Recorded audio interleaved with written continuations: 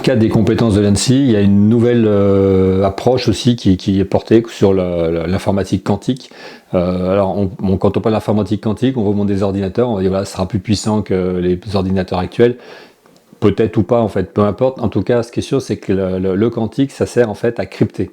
Parce que quand on crypte en quantique, en fait, on est certain vraiment que le message ne sera jamais altéré, et s'il est intercepté, on le sait aussi. Donc c'est lié à la propriété en fait du quantique, hein, qui est une propriété du plus petit que l'atome. Hein, donc ça, je ne vais pas vous faire le cours là, mais je vous renverrai si vous voulez sur des cours autour de ça, et notamment le fait que quand on utilise des électrons dans le quantique, en fait, la moindre interception d'un en fait a un impact sur un autre, et donc on sait immédiatement que quelqu'un a écouté ou a tenté d'intercepter le message. Donc le quantique, l'avantage c'est que ça fait de la crypto, l'inconvénient aussi c'est que ça décrypte, et ça décrypte beaucoup plus facilement que l'informatique classique, donc ça mettrait en cause que tous les messages cryptés aujourd'hui ne seraient plus sécurisés, et ça mettrait aussi en cause qu'il faut mettre en place de nouveaux cryptages pour qu'on puisse sécuriser les prochains messages qui seront envoyés, et donc l'ANSSI travaille là-dessus.